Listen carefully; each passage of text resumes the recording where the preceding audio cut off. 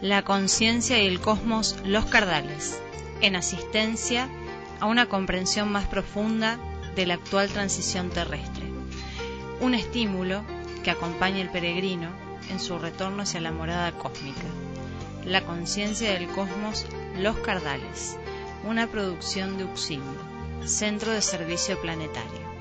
Un camino hacia el propio cosmos interno.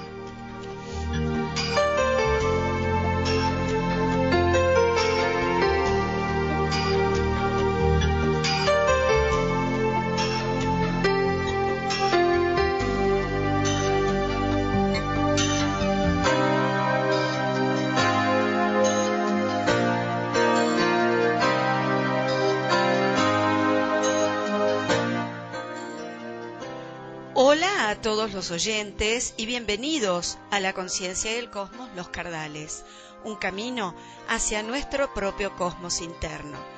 Presentando al equipo, en la operación técnica Claudia Bucarey, locución y tarea web Magalí Zunino, Alexis Sodero y quien les habla Miriam Ser.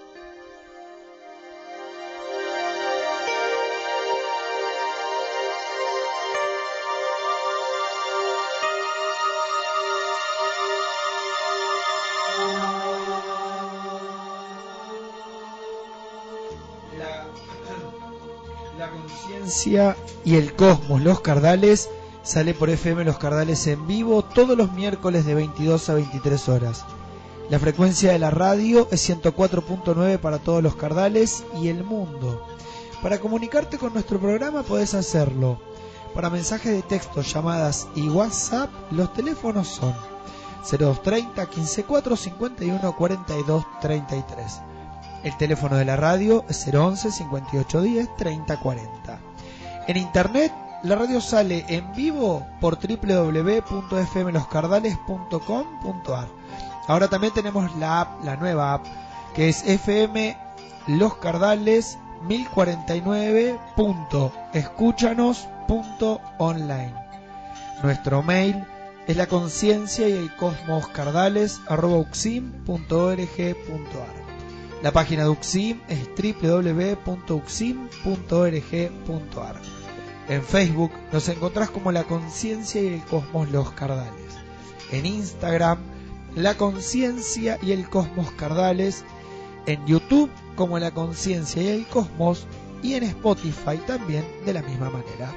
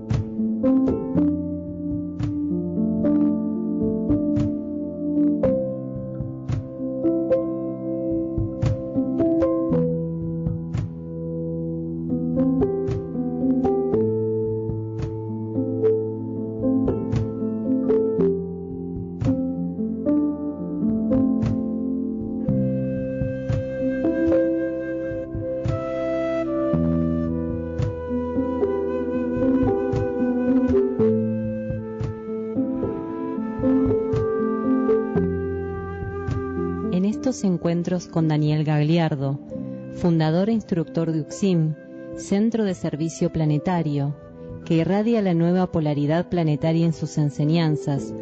Se encuentran a disposición diversas herramientas para los ensayos de trascendencia y transformación del ser,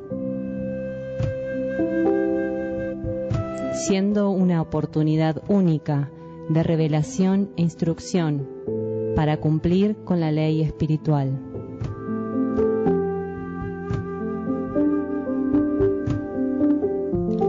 Algunas de las temáticas tratadas son la presencia y asistencia de civilizaciones intraterrenas y extraterrestres, el actual proceso kármico de la humanidad de la superficie terrestre y su trascendencia, ley de purificación, dolencias y enfermedades, el camino hacia la cura interna, alimentación evolutiva, la búsqueda del instructor interno, preparación para la ley evolutiva superior, riesgos de aplicar técnicas de manipulación energética, la transformación de la conciencia y la senda del servicio.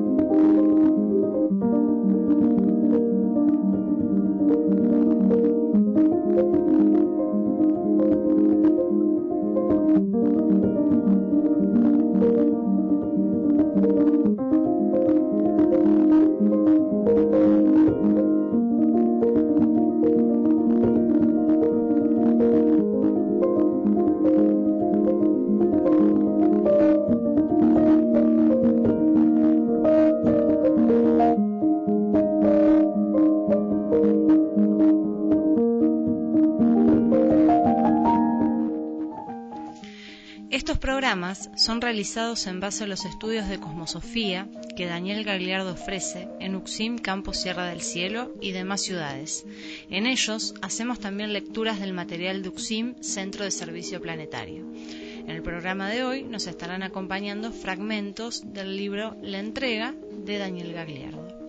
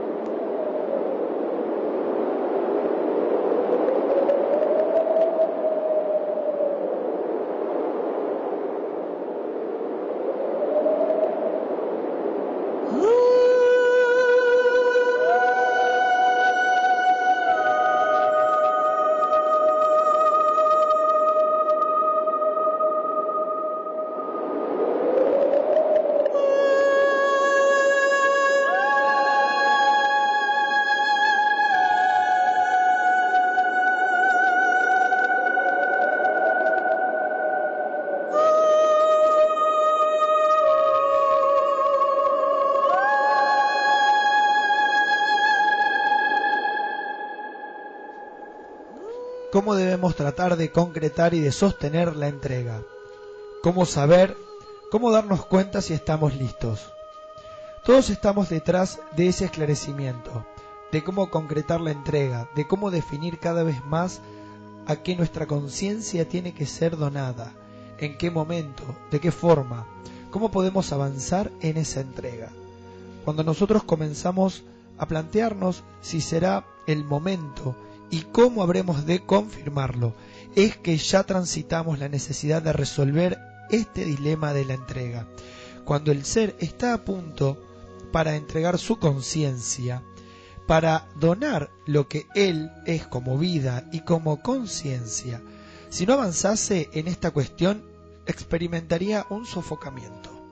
Del mismo modo que aquel que no sabe nadar se ahogaría en un río donde no hace pie. Quien no resuelve su entrega pasaría a sentir un ahogo gradual en cada situación a transitar.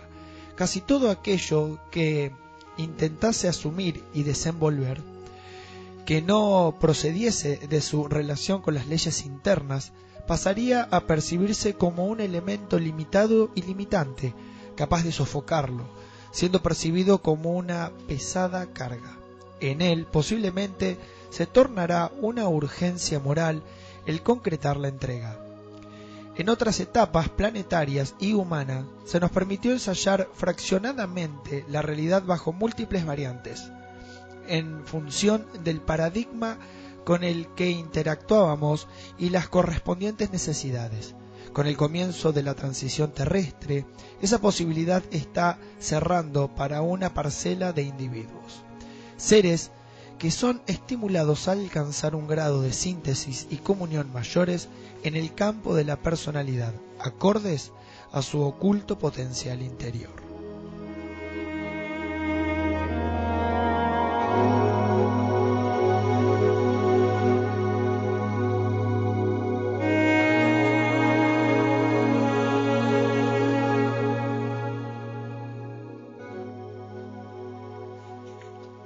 ¿Por qué algunos seres tienen temor de asumir profundamente la entrega? Un ser debe entender que cuando él tiene reticencia, cuando él escatima la entrega, es porque hay una cosa muy simple que está operando objetivamente: miedo. A veces, sin saberlo, sin percibirlo conscientemente, el ser padece pánico. Los motivos se alojan en la duda. ¿A qué se entregó? ¿Qué irá a pasar con su vida? ¿En qué resultará la posible transformación? ¿Va a dejar de sentir de este modo? ¿Y qué sus sentimientos? Entonces, la persona pasa por este proceso angustioso del miedo. ¿Y en qué ha de basarse este miedo? ¿Por qué el ser puede transitar estos miedos precisamente al momento de buscar una aproximación a la entrega, a la energía de la entrega? Simplemente porque el ego pasa por un proceso de temor a la desintegración, ante la desilusión de lo que él es, de lo que continuamente lo ocupa en la materia, porque el ego teme esto, dejar de ser lo que es. Se pregunta y plantea cuáles serán sus ocupaciones. ¿Qué va a sentir entonces? Así suele retractarse ante la posibilidad de entregarse. Idas y vueltas, con diversos matices, se sucederán por este sencillo motivo: el ego no quiere dejar de ser lo que es. Para que se consuma la entrega, tiene que haber una intención de transformación, porque esa intención es la de dejar de ser lo que uno es. El ego tiene que ir avanzando en ese camino de transformación e ir entendiendo de qué se trata. Lejos de pasar a sentirse como una cosa difusa y sin conciencia, él empieza a comprobar la maravilla de la entrega, que es una amplificación de la conciencia. Así, el camino se facilita porque él, retrospectivamente, empieza a entender la falta de conciencia, la falta de penetración en la realidad, de ubicación en el mundo formal. Se da cuenta que él estaba en una realidad difuminado cuando se creía pleno, porque nosotros estamos aquí fragmentados, habitando el universo físico-cósmico, el universal material, siendo a partir de la entrega que el ego, lejos de verse desarticulado, se percibe una creciente plenitud, revelándose aspectos desconocidos en su evolución del principio cósmico de la armonía.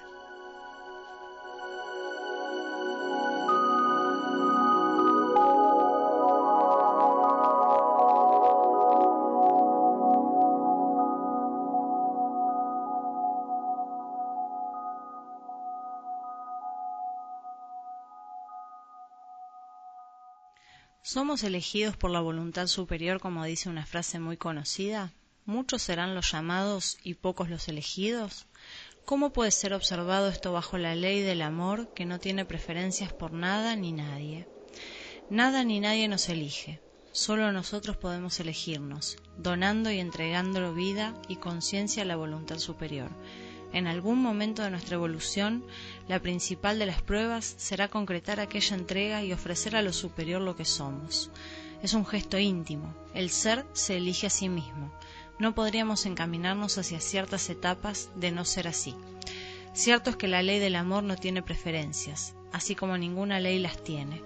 No será elegido ser ninguno. La ley solo permite acceder a determinados estamentos a aquellos que por su tránsito evolutivo han alcanzado la talla para ello.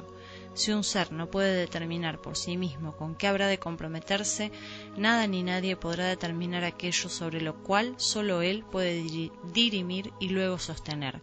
Jerarquía ninguna, ni divinidad cualquiera fuera, lo haría contraviniendo la ley evolutiva.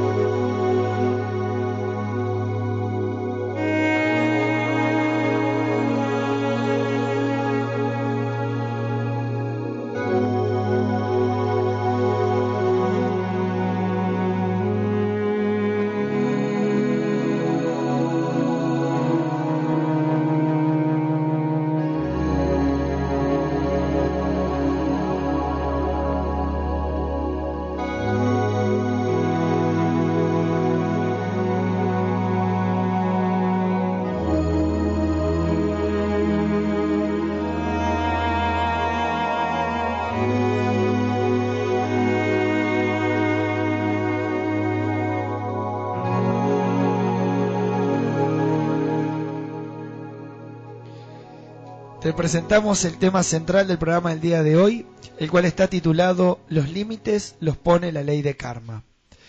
Este primer extracto de estudio que vamos a escuchar se titula Los 300 herramientas de limitación. Y una persona en una de las conferencias dice: vi la película 300 y me impactó mucho. Me llevó a pensar que el karma les dio la victoria a los griegos, aunque los 300 murieron, porque era un pueblo pacífico y no imperialista. Y Daniel Gagliardo responde a esto. La persona pregunta por qué la ley de karma hizo zafar a los griegos de los persas y no de los romanos, dicho en criollo. Los griegos no eran nada pacíficos. Había una cuestión kármica de equilibrio. Los persas habían llegado a una extensión muy grande, y cuando un imperio se extiende grandemente, tiene que empezar a colapsar, y hay un aspecto kármico que permite que haya determinadas garantías evolutivas para experiencias puntuales. El imperio persa tenía que tener un límite, no podía extenderse por todo el planeta. La experiencia kármica evolutiva relativa a las necesidades de las mónadas, de las almas, el marco general de las experiencias planetarias tenía que darse. Y los griegos sirvieron de limitación del imperio persa. Entonces, escuchemos los 300 herramientas de limitación. Vi la película 300 y me impactó mucho. Eso me llevó a pensar que el karma, hablando de karma, ¿no? Eso me llevó a pensar que el karma le dio la victoria a los griegos, aunque los 300 murieron, porque era un pueblo pacífico y no imperialista como los persas. En la escuela estudié que Roma conquistó Grecia, y entonces ya no pude pensar igual que con los persas. ¿Por qué esa diferencia kármica? La persona pregunta por qué la ley de karma hizo zafar a los griegos de los persas y no de los romanos, dicho en criollo, ¿no es cierto? ¿Por qué esto así con los griegos y los persas y esto no con los griegos y los romanos? Es kármico. Los griegos tenían que ensayar aquello que ensayaron del modo que lo ensayaron. Ahora la persona nos da un parecer acá que es medio propio, porque dice que el pueblo griego era pacífico y no imperialista como los persos. Los griegos no eran nada pacíficos. Que tuvieran ciertas condiciones no quiere decir que fueran pacíficos, se la pasaban haciendo la guerra. Y que no eran imperialistas es relativo, depende qué época de Grecia uno estuviera observando. En 2 siglos aproximadamente, la historia griega se sintetiza y se define. Entonces, en ciertos momentos los griegos se dedicaban a presionar los límites territoriales mediante alianzas y traiciones en el marco de la Grecia misma. En ese contexto llega la influencia persa, el intento persa de dominio, de control. ¿Por qué? Porque los persas estaban en expansión. Los persas eran imperialistas reconocidos. Los griegos supuestamente, lo que dice la persona, no eran imperialistas, pero es una mentira. Por lo menos una mentira en esa etapa que estaba por descubrirse. Había una cuestión kármica de equilibrio. Los persas habían llegado a una extensión muy grande y cuando un imperio se extiende grandemente tiene que empezar a colapsar. Y hay un aspecto kármico que permite que haya determinadas garantías evolutivas para experiencias puntuales que no sean, en definitiva, destruidas. Entonces, el imperio persa tenía que tener un límite. No podía extenderse por todo el planeta. Si tenían grandes barcos, iban a conquistar los incas también, ¿se entiende? Tenían que tener un límite. La experiencia kármica, evolutiva, relativa a las necesidades de las mónadas, de las almas, al marco general de las experiencias planetarias, bien, toda una cantidad de cosas. Los griegos sirvieron en ese momento hacia Occidente como herramientas de limitación del imperio persa. Ahí se corta. Si bien, como dice la persona, en las Termópilas mueren los 300 espartanos, eso sirvió para bloquear el avance persa el tiempo suficiente hasta que llegaran refuerzos y finalmente los persas volvieron a cruzar el mar hacia Oriente.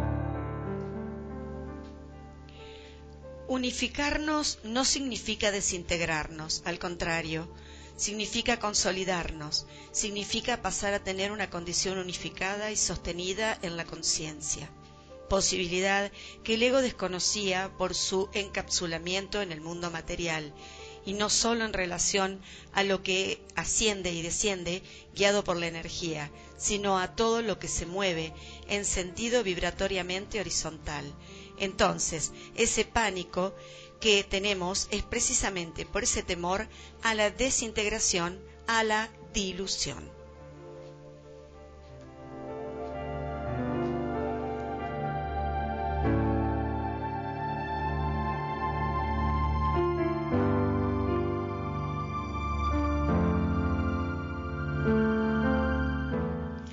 Continuamos en el segundo bloque, recordamos el tema central de hoy. Los límites los pone la ley de karma. Y ahora sí damos la presentación del extracto de estudio, que es continuación del anterior, y que se titula Alejandro, herramienta kármica del Imperio griego. Y Daniel Gagliardo dice: pocos años después de eso, solo unas décadas, apareció Alejandro Magno, que era griego, y lo que hizo fue extenderse y mostrar que Grecia era imperialista. Alejandro representaba ese patrón de conciencia unificado, de intención imperialista de los griegos. Si no, no hubiese podido unificar Grecia y salir a conquistar al resto del mundo. Ahí también había un aspecto kármico a trabajar, de estar a un imperio que pisoteaba la libertad de las ciudades griegas para pasar a ser un estado griego unificado que saliera a pisotear el mundo. Todo esto ocurre porque cuando un pueblo llega a un grado de bienestar, necesita expandirse, porque hay que alimentar ese grado de bienestar, y Alejandro fue la herramienta kármica y salió a conquistar el mundo. Así que entonces escuchemos Alejandro, herramienta kármica del Imperio griego. Pocos años después de eso, unas décadas después, no siglos, unas décadas después, apareció un señor llamado Alejandro Magno, que era griego.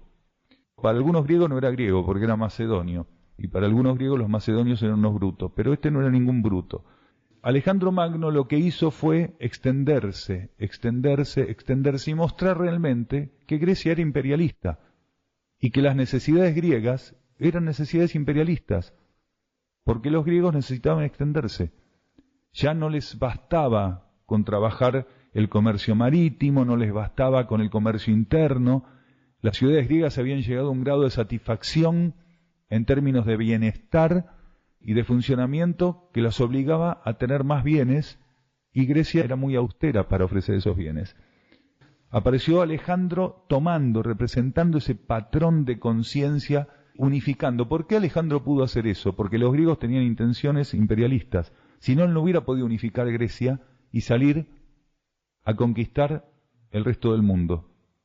Entonces, Grecia era imperialista, y ahí también había un aspecto kármico de que trabajar, de estar frente a un imperio que buscaba pisotear la libertad griega, de las ciudades, de las polis griegas, pasar a ser un Estado griego unificado que saliera a pisotear el mundo. Y todo esto se da simplemente por la búsqueda de territorio y abastecimiento. Cuando un pueblo llega a un grado de bienestar, necesita expandirse porque hay que alimentar ese grado de bienestar. Mientras los pueblos, las polis griegas, fueron rústicas, fueron muy simples, se conformaban con ese hormigueo y esas tensiones entre ellas para vivir. Pero cuando estuvieron lo suficientemente establecidas en términos tecnológicos para la época, en la obtención de suntuarios, y empezaron a disfrutar de cierto tipo de régimen que eso les permitía, entonces ya no les alcanzó y querían más. Y esto es lo que pasó. Alejandro fue la herramienta. Si no hubiera sido Alejandro, hubiera sido cualquier otro. ¿Te entiende? Hubiera sido cualquier otro la herramienta para eso. Alejandro fue la herramienta kármica. Él toma todo el poderío militar que le deja a su padre, Filipo de Macedonia, que era un talento militar como pocos. Él hereda ese talento y lo sublima con una cantidad de maestros que lo llevaron a esa gran comprensión, esa óptica particular. Entonces salió a conquistar el mundo. Y conquista gran parte del mundo. Y kármicamente, del mismo modo que el persa, Alejandro tuvo que tener límites, porque no iba a conquistar todo el planeta. Grecia había estado ante los persas limitándolos, y ahora alguien tenía que limitar a los griegos.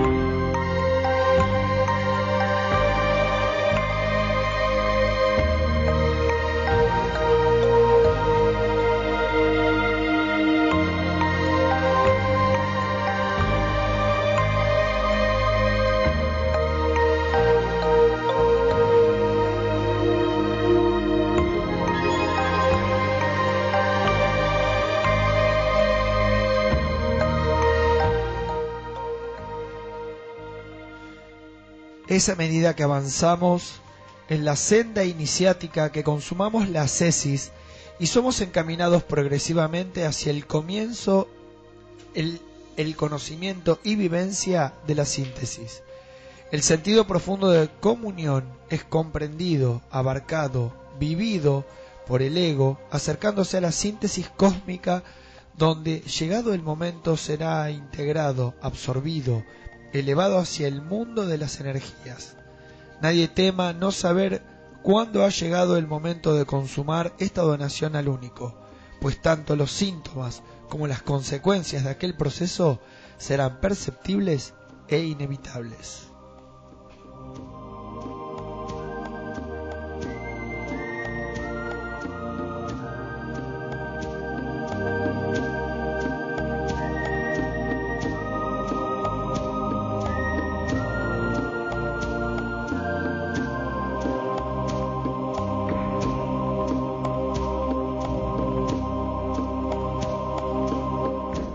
Nosotros y solo nosotros elegiremos aceptar o no un rumbo, un camino.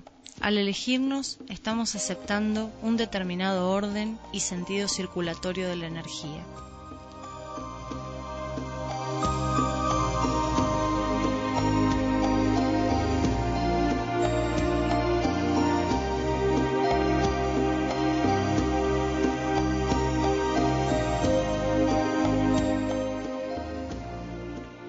Tercer bloque del programa, y te recordamos que el título de hoy es Los límites los pone la ley de karma.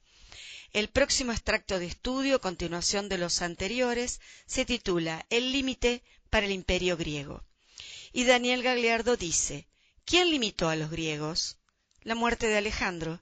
Kármicamente su conciencia interna lo hace desencarnar, porque si no, seguía anexando. Porque tenía un gran talento militar. Se necesitaba un talento como el de Alejandro para que no se viviera la división de ese imperio que se fracciona en una cantidad de reinados y aparece en acción Roma, que empezaba a expandirse. Roma encuentra una cantidad de naciones que eran el resultado de la ruta del imperio alejandrino, y Roma empieza a crecer. Y otra vez la historia. Y mientras no exista la energía de complementariedad, va a seguir ocurriendo eso. Afortunadamente, la ley de karma siempre pone límites. Escuchamos el límite para el imperio griego. ¿Qué limitó a los griegos? La muerte de Alejandro. Kármicamente lo hace desencarnar. Su conciencia interna lo hace desencarnar. Porque si no, Alejandro seguía el Polo Norte, el Polo Sur, seguía anexando las Filipinas. Porque tenía talento para eso, era un gran talento militar. Tenía capacidad de aplicar la estrategia que había aprendido y mejorada encima. Entonces, ¿qué hace? La conciencia interna de Alejandro lo hace desencarnar. Pero eso era suficiente, podía haber subido otro y el imperio seguía. Pero se necesitaba un talento como Alejandro para que no se viviera la división de ese imperio. Entonces, ¿qué hacen? Se fracciona todo ese gran imperio alejandrino, se fracciona en una cantidad de reinados. Entonces, ¿quién aparece ahí en acción? Un pueblo que hasta ese momento ocupaba un pequeño lugar en la bota itálica, Roma, que empezaba a expandirse.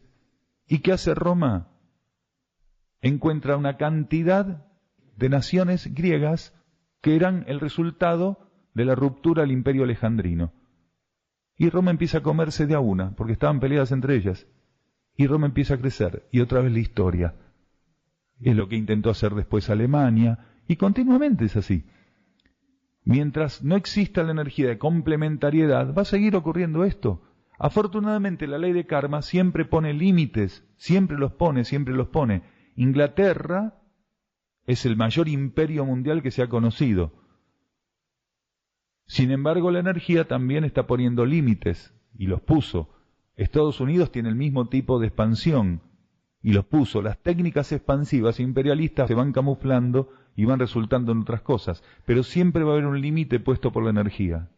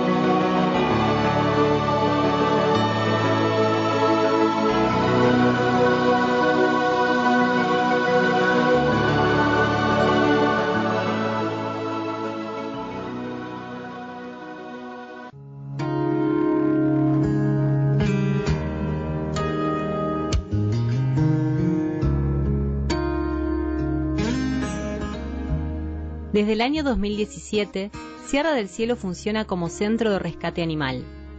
Hoy ya son más de 250 animales que comparten la vida con nosotros aquí, en las sierras de Córdoba. Son rescatados de la explotación, sufrimiento y asesinato por parte de quienes los ven como producto para consumo. Aquí son liberados en un contexto natural de más de 20 hectáreas donde viven en libertad y contención, experimentando el acercamiento e interacción con nosotros, que los vemos y tratamos simplemente como aquello que son, hermanos de la vida. Vos también podés colaborar. Búscanos en Instagram, Facebook y YouTube como Santuario Sierra del Cielo. Empezá a darle me gusta, comentar y compartir nuestro contenido. Tu colaboración es su liberación. ¿Nos acompañás?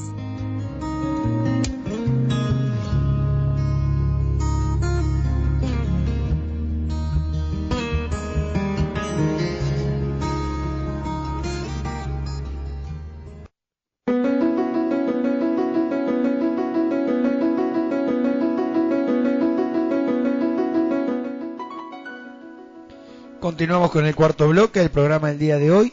Te recordamos que el tema central es los límites los pone la ley de karma. Este próximo extracto de estudio que vamos a escuchar, y es continuación de los anteriores, se titula El primer imperio fue el de Alejandro. Y una persona aporta en off que Grecia ya antes era un imperio. Entonces Daniel Gagliardo responde: en realidad hay una diferencia, porque eso es una manifestación del movimiento colonizador. Los griegos eran colonizadores instalando el patrón griego donde armaban ciudades, que eran autónomas. Un imperio no da autonomía. La Magna Grecia y sus extensiones fueron colonizaciones. No había tributo como en los imperios. Son colonias. El primer imperio fue el de Alejandro. Lo demás era una trama de colonias. Entonces escuchemos, el primer imperio fue el de Alejandro. No, pero en realidad hay una diferencia. Está mal nombrado en el libro. ¿Por qué? Porque eso es una manifestación de movimiento colonizador. Los griegos eran colonizadores, quiere decir, los griegos mandaban su sobrante y las personas indeseables a las colonias. Entonces lo que hacían era instalar el patrón griego donde ellos armaban ciudades. Eran verdaderas colonias. Esas colonias eran autónomas. Un imperio no da autonomía.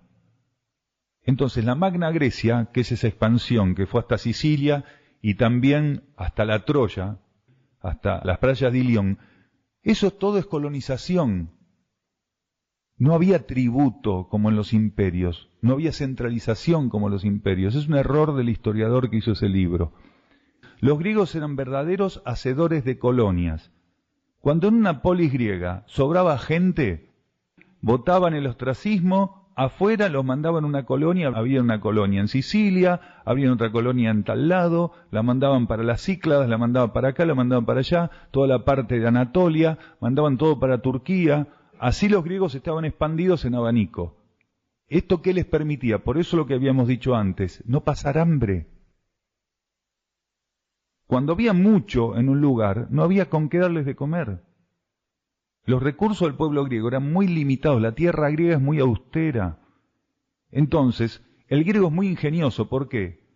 Porque kármicamente se lo puso en condiciones de desarrollar el ingenio, porque no tiene una tierra riquísima, solo muy pocas partes de la tierra griega son riquísimas. Entonces, inmediatamente, ¿qué hacía? El griego es muy amante de lo griego. Lo mejor que era exportar Grecia al mundo. Pero eso no es un imperio. Eso es un mal llamado imperio. Los griegos son colonizadores.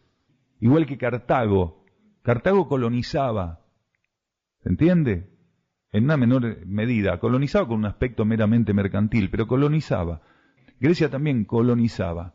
Un imperio es otra cosa. Hay centralización, hay tributos. En el caso de los sátrapas, que eran los tomadores de tributo para el persa. En el caso de Alejandro, él tenía capitanes, lo que hacía era montar capitanes, a medida que se iba expandiendo, montaba capitanes que se hacían cargo de las ciudades, y las ciudades tributaban, eso era un imperio. Entonces el primer imperio griego fue el de Alejandro, lo demás era una trama de colonias, ¿entiende?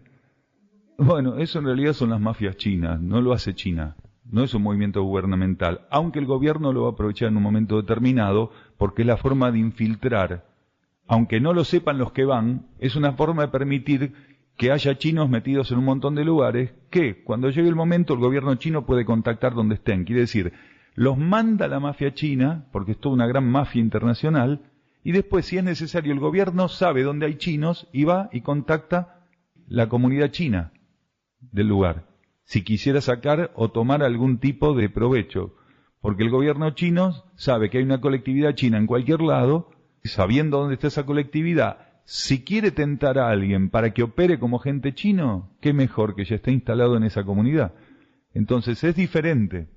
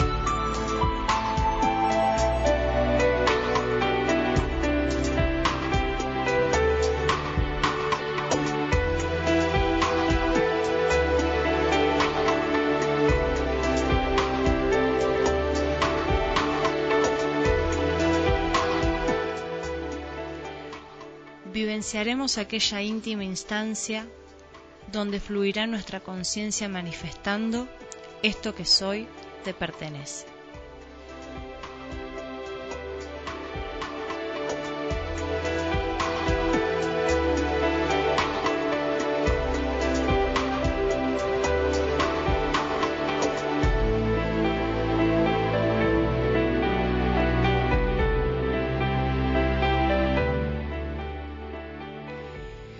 Te presentamos el quinto bloque del programa del día de hoy, cuyo tema central es los límites los pone la ley de karma.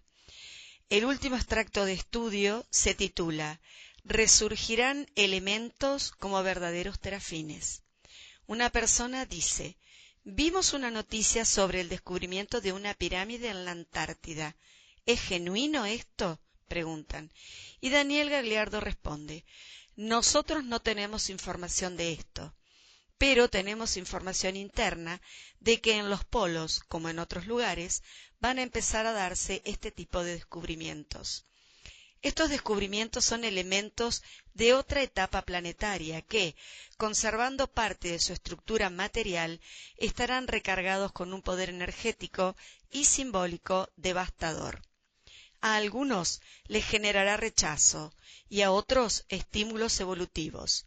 A medida que estos elementos vayan resurgiendo, se van a activar aspectos circulatorios de la energía que ocultamente estarán haciendo su trabajo como verdaderos terafines.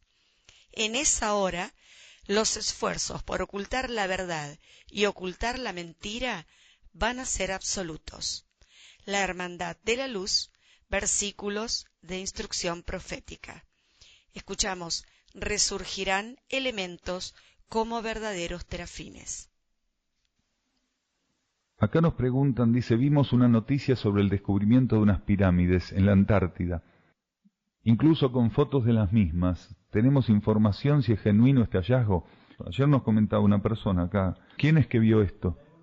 Ah, ¿sí? Bien. Nosotros no tenemos información de esto, pero sí tenemos información interna de que tanto en los polos como en otros lugares van a empezar a darse determinados descubrimientos. Hace algunos años que venimos hablando de esto. Y a medida que avance la transición, en muchos lugares van a empezar a aparecer estos indicios. Incluso algunos de esos indicios van a fracturar el sistema religioso, cultural, económico. Van a tener un carácter tremendo. Porque hay cosas que van a aparecer que van a darle vuelta a la cabeza a la humanidad. Y la mayoría no va a estar preparado para estar ante eso. Entonces va a estar en una complicación.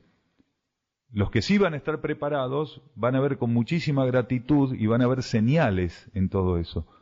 Pero la mayoría en este planeta no van a estar preparados para lo que van a ver. Algunos van a ser monumentos, otros van a ser hallazgos de tipo arqueológico o paleontológico, otros van a ser, por decirlo así, descubrimientos incluso zoológicos que van a ser absolutamente inverosímiles, cosas que no se van a poder creer, Entonces, eso van a ser señales de los tiempos, ya son señales de los tiempos. Ahora, muchos seres humanos de la superficie planetaria están percibiendo que estas cosas van a ocurrir. Y en algunos casos empiezan a captar con interferencias de estas cuestiones y disparan muchas fantasías. Entonces, a medida que avance la transición y que el momento donde estos hallazgos, descubrimientos o redescubrimientos, porque esto que se va a descubrir, esto que va a aparecer en algún momento, formó parte del funcionamiento de la humanidad. Después quedó tapado, quedó soslayado por el mismo movimiento civilizatorio que lo apagó. ¿Por qué? Porque dio paso a otras etapas. Entonces la energía, cuando preserva ciertas cuestiones, las preserva precisamente porque va a reutilizarlas.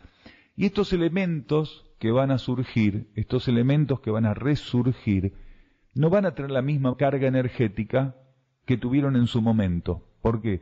Porque la jerarquía la va a recargar energéticamente para que el poder simbólico que tengan sea devastador.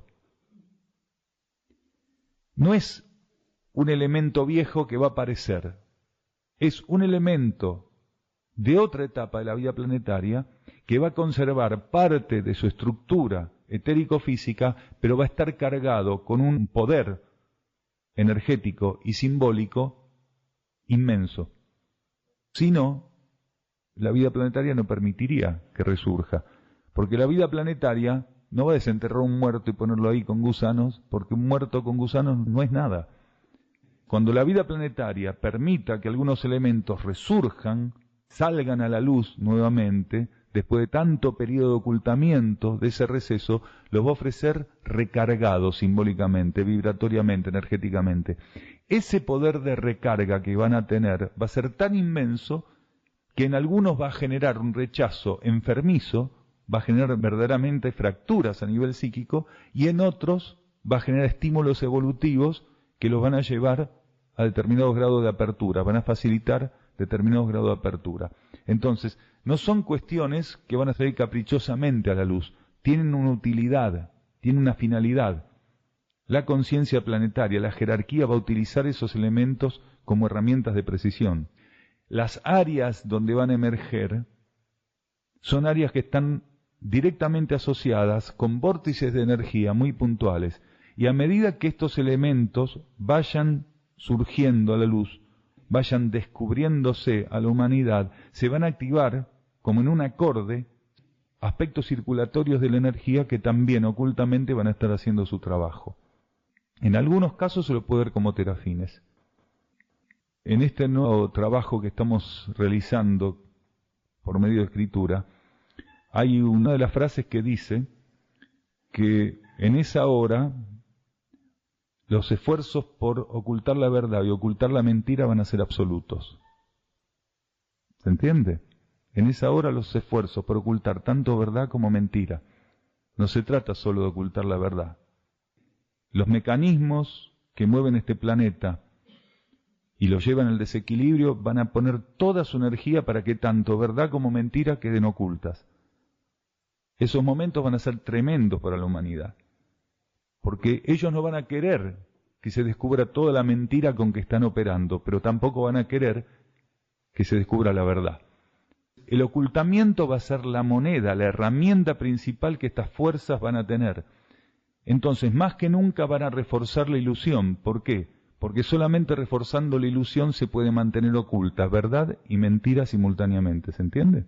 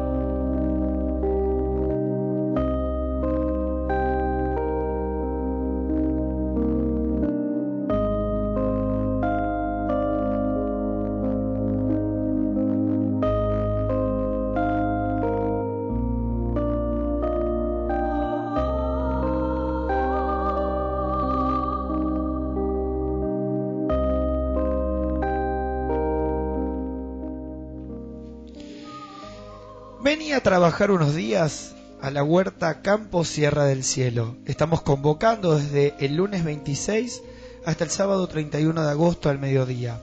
Vamos a abordar la temporada primavera-verano que ya está en marcha. Vos podés elegir cuánto tiempo querés estar de acuerdo a tus posibilidades. Se ofrece estadía en el campo y comida 100% vegana. Para más información e inscripciones, comunicate con Mónica por WhatsApp o Telegram al +54 9 3548 564874. Para más información también te puedes comunicar con nosotros y te reenviamos lo que necesites saber. Saludos, porque hemos llegado al final del programa el día de hoy. Obviamente a nuestros oyentes, a la abuela Marta, a nuestro querido operador Seba también, que está escuchándonos del otro lado, a Eduardo Rotondi, que siempre nos pone ahí, y al resto de nuestros hermanos y oyentes. Y gratitud, Daniel, por la instrucción. A todos los oyentes, incluyendo a Toto, ahora Magalí va a leer al resto, y un abrazo inmenso para todos. Bueno, también me sumo a los saludos. Saludamos a Fabiana Pedreira, a Viviana, a Diego Sánchez, a María del Carmen, a Elvira, Sandra, Delicia, Vanessa, Alicia, Amanda, a Seba también, a María, Martín, Cecilia, Lili, Macaya, Zulema, Alaya y a todos los que nos escuchan. También a Daniel Gerardi, alias El Colo, que dijo que nos estará escuchando. Todo aquello a lo cual nos entregamos en el mundo material es efímero. Solo la genuina entrega es eterna y nos proyecta a lo eterno e infinito. Y les decimos hasta el próximo programa de la conciencia y el cosmos, Los Cardales. Un camino hacia nuestro propio cosmos interno.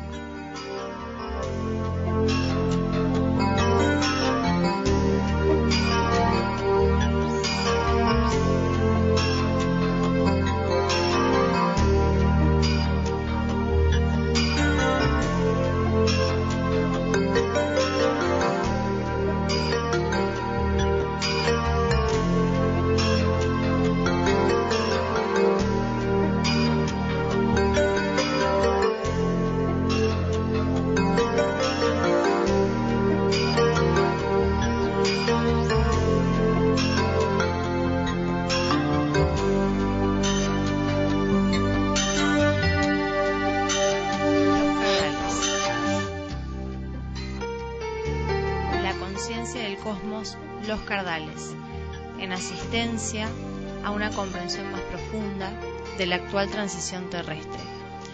Un estímulo que acompaña al peregrino en su retorno hacia la morada cósmica.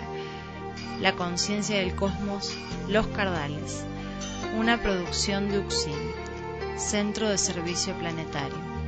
Un camino hacia el propio cosmos interno.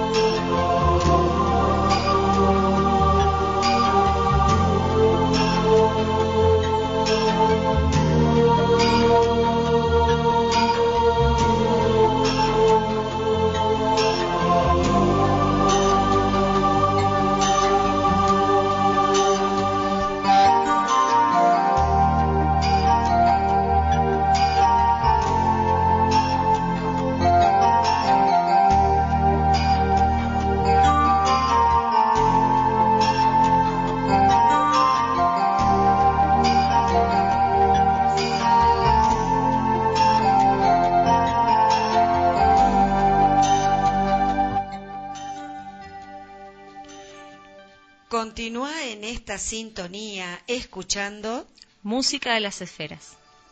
Por FM Los Cardales, 104.9 para todos los Cardales y el mundo.